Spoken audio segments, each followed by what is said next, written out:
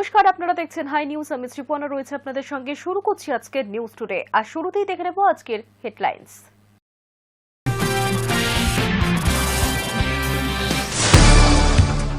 যুব ভারতীতে মহা বিশৃঙ্খলা, হাজার হাজার টাকার টিকিট কেটেও মেসিকে একটি বারের জন্যও দেখতে না পেয়ে বোতল ছুড়লেন দর্শকরা। আমি স্তম্ভিত এবং বিচলিত। যুব ভারতী কাণ্ডে মুখ্যমন্ত্রী ক্ষমা চাইলেন মেসি ও দর্শকদের কাছে, নির্দেশ দিয়েছেন তদন্তের। যুব ভারতীতে তাণ্ডবের ঘটনায় গ্রেফতার মূল উদ্যোক্তা। মেসিকে কলকাতায় আনার মূল আয়োজক ছিলেন শতদ্রু দত্ত। তার বিরুদ্ধে ভুরি ভুরি অভিযোগ, অবশেষে গ্রেফতার মূল উদ্যোক্তা। মসজিদের পর এবার মন্দির। সল্টলেকের বুকে তৈরি হতে চলেছে রাম মন্দির। রামনবমীর দিনই বিধাননগরে হবে মন্দিরের ভিত্তিপ্রস্তর। সপ্তাহান্তে হাওড়া ডিভিশনে বাতিল 30টি লোকাল ট্রেন। রেলের কাজ চলাকালীন কয়েক ঘন্টা ট্রেন চলাচলে বিঘ্নিত। 14 ডিসেম্বর রাজ্য জুড়ে সেট পরীক্ষা। পরীক্ষার্থীদের সুবিধার্থে বাড়তি পরিষেবা দিচ্ছে কলকাতা মেট্রো। সকাল 7টা থেকেই ব্লু ও গ্রিন লাইনে থাকছে মেট্রো পরিষেবা।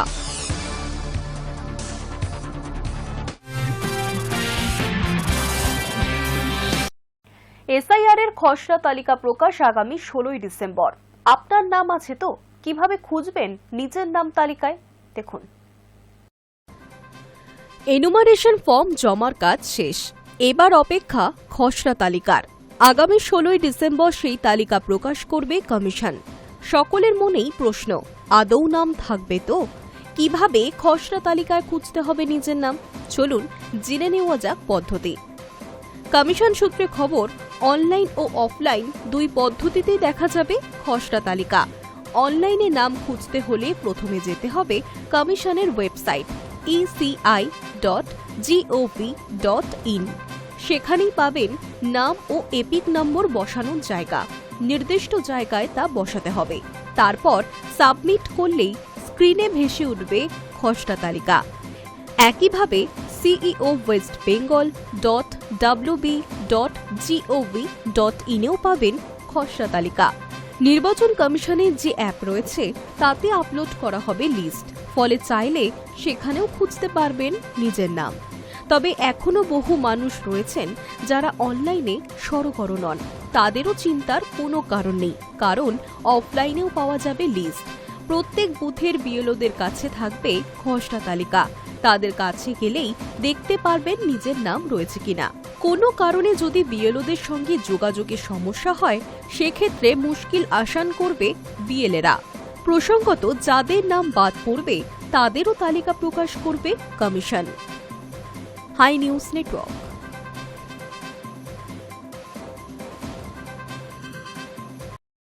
মসজিদের পর এবার মন্দির। এবার সল্টলেকের বুকে তৈরি হতে চলেছে রাম মন্দির।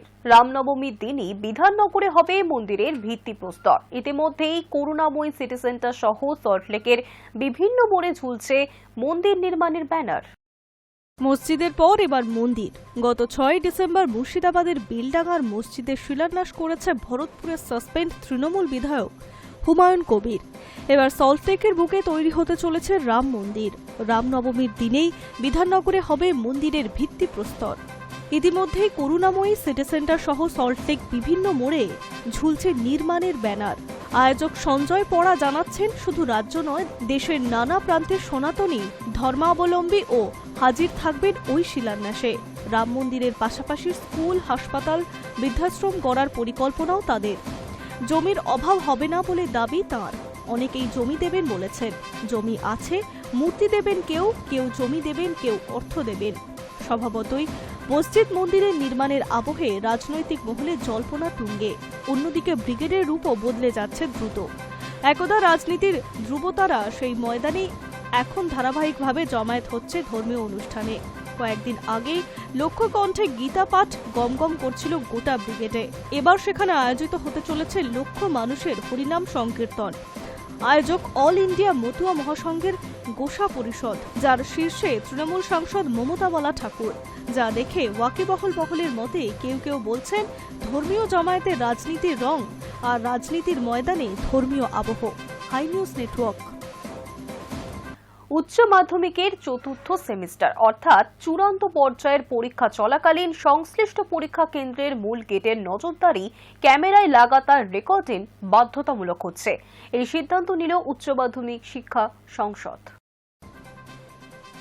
উচ্চ মাধ্যমিকের চতুর্থ সেমিস্টার অর্থাৎ চূড়ান্ত পর্যায়ের পরীক্ষা চলাকালীন সংশ্লিষ্ট পরীক্ষা কেন্দ্রের মূল গেটের নজরদারি ক্যামেরায় লাগাতার রেকর্ডিং বাধ্যতামূলক হচ্ছে। এই সিদ্ধান্ত নিয়েছে উচ্চ মাধ্যমিক শিক্ষা সংসদ। 2026-এর 12 ফেব্রুয়ারি শুরু হচ্ছে চতুর্থ সেমিস্টার, চলবে 27 ফেব্রুয়ারি পর্যন্ত। ওই রেকর্ডিং পরীক্ষা শেষ হওয়ার পরও 2 মাস অর্থাৎ 30 এপ্রিল পর্যন্ত সংরক্ষণ করে রাখতে হবে, এমন নির্দেশ স্কুলগুলিকে পাঠাচ্ছে সংসদ। প্রশ্ন ফাঁস, টোকাটুকির মতো অনিয়ম রুখতে কঠোর সংসদ। তাদের নির্দেশ, যেসব স্কুলকে পরীক্ষা কেন্দ্র হিসেবে বাছা হয়েছে সেখানে 2টি করে নজরদারি ক্যামেরা রাখতেই হবে। একটি থাকবে মূল ফটকে, অপরটি পরীক্ষা কেন্দ্রের ভেন্যু সুপারভাইজারের ঘরে। প্রসঙ্গত, চলতি বছর উচ্চ মাধ্যমিকের তৃতীয় সেমিস্টারে রেকর্ডিংয়ে জোর দেওয়া হয়েছিল, কিন্তু অনেক পরীক্ষা কেন্দ্রে প্রযুক্তিগত বিঘ্নের ফলে ক্যামেরা চললেও রেকর্ডিং পাওয়া যায়নি। সংসদের বক্তব্য, অতীতে অনেক রেকর্ডিংয়েই দেখা গিয়েছে সময়, তারিখ, বছর ভুল রয়েছে। দিন তারিখের গোলমাল হলে আইনি সমস্যা তৈরি হতে পারে বলে তারা সতর্কও করেছে। উচ্চ মাধ্যমিক শিক্ষা সংসদের সভাপতি চিরঞ্জীব ভট্টাচার্য বলেন, নজরদারি ক্যামেরা থাকতে হবে পরীক্ষা কেন্দ্রে, আবার তাতে যেন যথাযথভাবে ভিডিও রেকর্ডিং হয় তাও সুনিশ্চিত করতে হবে। স্কুলগুলিকে সতর্ক থাকতে হবে। পরীক্ষা চলাকালীন ভেন্যু সুপারভাইজার যাতে মোবাইল নিয়ে কক্ষে ঢুকবেন না, এটাও সুনিশ্চিত করতে হবে। এই ব্যাপারে পরীক্ষা কেন্দ্র হিসেবে চিহ্নিত স্কুলের প্রধান শিক্ষকের উপর যাবতীয় দায় বর্তাবে। ক্যালকুলেটর ব্যবহার করতে পারবেন না পরীক্ষার্থীরা। এছাড়া সংসদ সূত্রে জানা গিয়েছে, চতুর্থ সেমিস্টারেও প্রত্যেকটি পরীক্ষা কেন্দ্রে একটি করে হাতে ধরা মেটাল ডিটেক্টর রাখা হচ্ছে তাদের তরফে, আর একটি মেটাল ডিটেক্টরের ব্যবস্থা করবে সংশ্লিষ্ট স্কুল। তাছাড়া একই পরীক্ষা কেন্দ্রে নতুন ও পুরনো পরীক্ষার্থীরা থাকায় আরও সতর্ক থাকতে হবে কর্তৃপক্ষকে, কারণ পুরনো সিলেবাসের পরীক্ষার্থীরা ক্যালকুলেটর ব্যবহারের অনুমতি পাবে, কিন্তু নতুন পরীক্ষার্থীরা ক্যালকুলেটর বা অন্য কোনো বৈদ্যুতিন সরঞ্জাম নিয়ে পরীক্ষা কেন্দ্রে ঢুকতে পারবে না। High News network. 14 ডিসেম্বর রবিবার রাজ্য জুড়ে স্টেট এলিজিবিলিটি টেস্ট অথবা সেট পরীক্ষা, আর পরীক্ষার্থীদের সুবিধার জন্য বাড়তি পরিষেবা দিচ্ছে কলকাতা মেট্রো। রবিবার হলেও সকাল 7টা থেকেই ব্লু ও গ্রিন লাইনে থাকছে মেট্রো পরিষেবা। শুক্রবার এই নিয়ে বিজ্ঞপ্তি জারি করেছে মেট্রো কর্তৃপক্ষ। 14 ডিসেম্বর রবিবার রাজ্য জুড়ে স্টেট এলিজিবিলিটি টেস্ট বা সেট পরীক্ষার্থীদের সুবিধার্থে বাড়তি পরিষেবা দিচ্ছে কলকাতা মেট্রো। রবিবার হলেও সকাল 7টা থেকে ব্লু ও গ্রিন লাইনে থাকছে মেট্রো পরিষেবা। শুক্রবার এই নিয়ে বিজ্ঞপ্তি জারি করে মেট্রো কর্তৃপক্ষ। জানানো হয়েছে, ব্লু লাইন অর্থাৎ দক্ষিণেশ্বর থেকে শহীদ ক্ষুদিরাম রুটে রবিবার 130টির বদলে 144টি ট্রেন চলবে, আর গ্রিন লাইন অর্থাৎ হাওড়া ময়দান থেকে সল্টলেক সেক্টর 5 পর্যন্ত রবিবার 104টি মেট্রোর বদলে 118টি মেট্রো। তবে পার্পল ও অরেঞ্জ লাইনে রবিবার কোনো মেট্রো চলছে না। কলকাতা মেট্রো কর্তৃপক্ষের তরফে শুক্রবার জানানো হয়েছে, রবিবার রাজ্যে সেটের জন্য অতিরিক্ত পরিষেবা মিলবে। সাধারণত রবিবার মেট্রো চলাচল শুরু হয় সকাল প্রায় 9টা থেকে, কিন্তু রবিবার 14 ডিসেম্বর সপ্তাহের অন্যান্য দিনের মতো সকাল 7টা থেকেই চলবে মেট্রো। ব্লু লাইনে দক্ষিণেশ্বর থেকে শহীদ ক্ষুদিরাম পর্যন্ত প্রথম মেট্রোটি ছাড়বে সকাল 7টায়। শহীদ ক্ষুদিরাম থেকে দক্ষিণেশ্বরগামী প্রথম মেট্রো পাওয়া যাবে সকাল 7:03।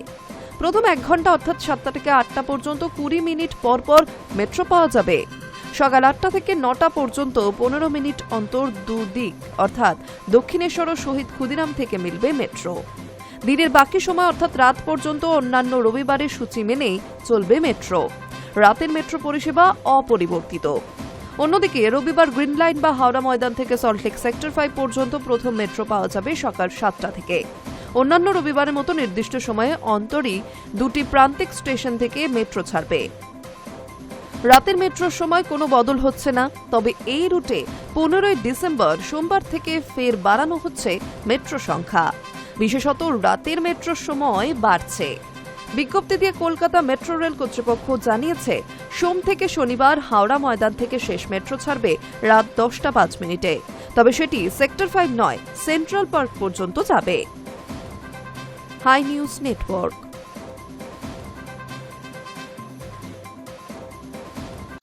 রেল যাত্রীদের দুর্ভোগ, এবার সপ্তাহান্তে হাওড়া ডিভিশনে বাতিল 30 লোকাল ট্রেন।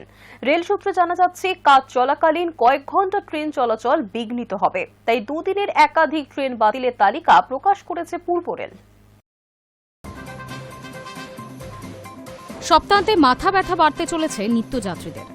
শেওড়াফুলি দিয়ারা স্টেশনের মাঝে রেল ব্রিজের জরুরি মেরামতির জন্য শনিবার এবং রবিবার মিলিয়ে হাওড়া ডিভিশনে মোট 30টি লোকাল ট্রেন বাতিল রাখার সিদ্ধান্ত নেওয়া হয়েছে।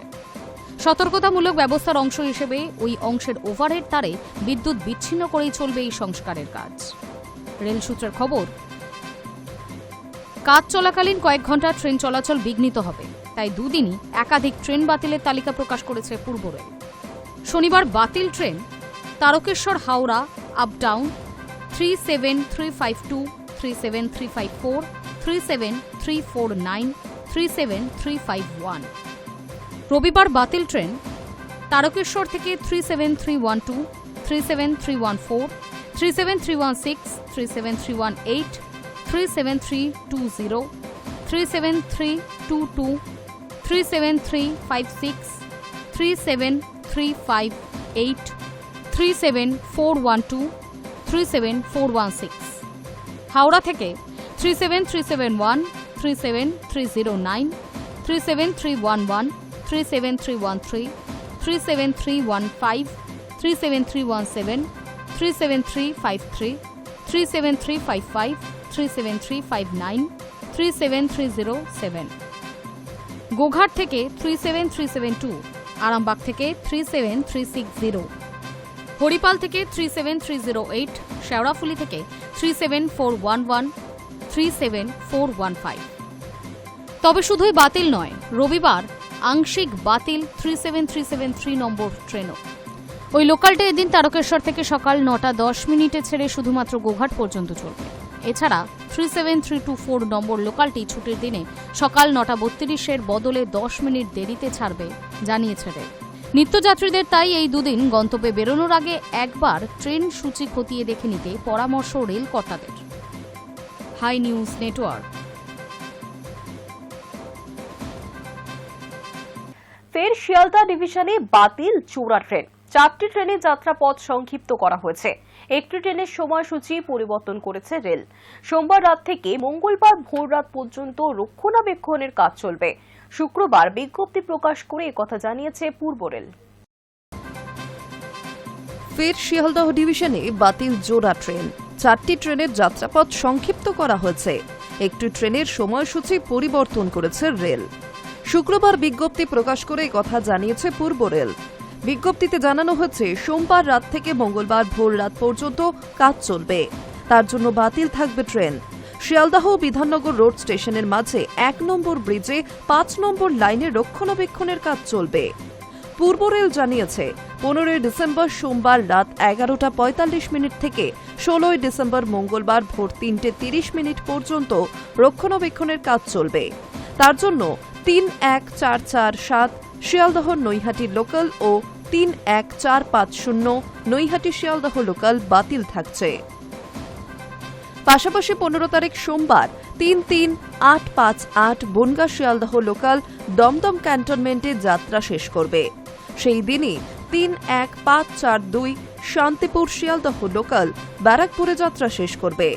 16 তারিখ মঙ্গলবার 31511 শিয়ালদহ শান্তিপুর লোকাল ব্যারাকপুর থেকে যাত্রা শুরু করবে। সেই দিনই 33815 শিয়ালদহ বনগাঁ লোকাল দমদম ক্যান্টনমেন্ট থেকে যাত্রা শুরু করবে। এছাড়াও 16 ডিসেম্বর রক্ষণাবেক্ষণের কাজ শেষ হওয়ার পর 53171 শিয়ালদহ লালগোলা প্যাসেঞ্জার ভোর 3:45 পরিবর্তে 4:15 ছাড়বে। Hi News Network.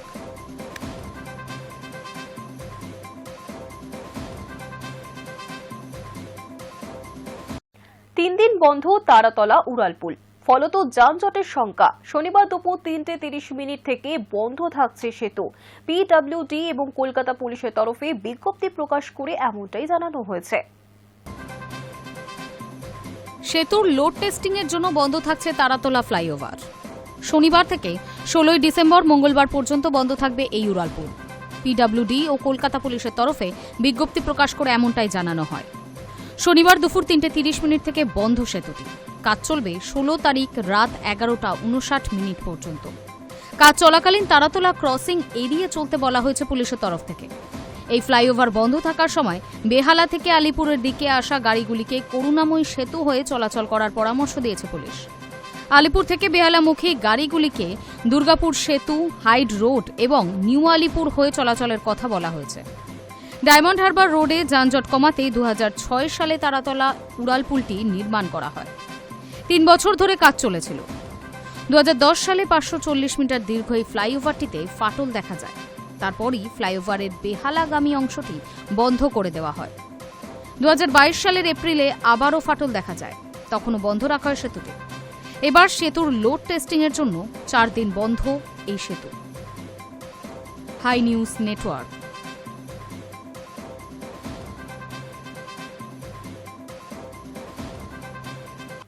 দেশের বিমা সেক্টরে বিরাট পরিবর্তন। শুক্রবার কেন্দ্রীয় মন্ত্রিসভায় অনুমোদন মিলল 100% ফরেন ডাইরেক্ট ইনভেস্টমেন্ট তথা এফডিআই এর। অর্থাৎ দেশের বিমা সংস্থাগুলিতে এবার 100% পর্যন্ত বিনিয়োগ করতে পারবেন বিদেশি বিনিয়োগকারীরা।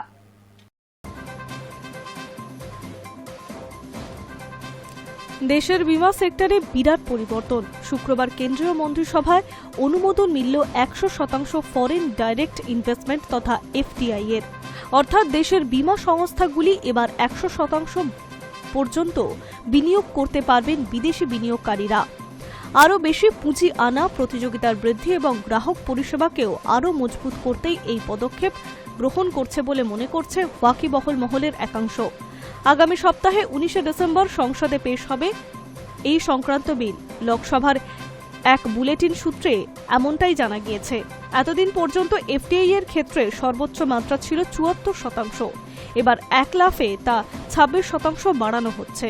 এমনই ইঙ্গিত অবশ্য আগেই দিয়েছিলেন অর্থমন্ত্রী নির্মলা সীতারামন। এই বছর পূর্ণাঙ্গ বাজেট ঘোষণার সময়ই তার মুখে শোনা গিয়েছিল এই প্রসঙ্গ, যদিও বিরোধীদের এই ধরনের পদক্ষেপের সমালোচনা করেছিলেন তখনই। এখন প্রশ্ন উঠছে, যেখানে স্বাস্থ্য বিমায় 18% জিএসটি লাগু করা হয়েছে, সেখানে কেন 100% প্রত্যক্ষ বিদেশি বিনিয়োগের পথে হাঁটা হবে? যদিও এবার সেই প্রস্তাবের মান্যতা পেল মন্ত্রিসভায়, ফলে সংসদে পেশ হবে বিলটি। বিমার ক্ষেত্রে এই দেশের অন্যতম বর্ধিতষ্ণু সেক্টর। অর্থমন্ত্রক তাই বিমা ক্ষেত্রে আধুনিকীকরণের জন্য বেশ কিছু গুরুত্বপূর্ণ পরিবর্তনের প্রস্তাবও দিয়েছেন, যার মধ্যে 100% এফডিআই ছাড়াও সরকার এলআইসি বোর্ডকেও আরও বেশি পরিচালনা করার ক্ষমতা দেওয়ার পরিকল্পনা করছে, বিশেষ করে নতুন শাখা খোলা এবং কর্মী নিয়োগের মতো বিষয়গুলি। তাছাড়া 1938 সালে বিমা আইন এবং 1999 সালে আইআরডিএআই আইনে সংশোধনের প্রস্তাব করা হয়েছে। এর পাশাপাশি একটি সমন্বিত লাইসেন্স ব্যবস্থাও তৈরি করার লক্ষ্যে, যাতে বিমা সংস্থাগুলি একই ছাদের নিচে একাধিক পণ্য সরবরাহ করতে পারে। Hi News network.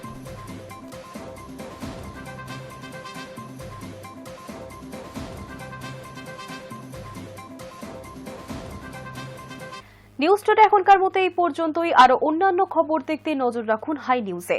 নির্ভীক, নিরপেক্ষ।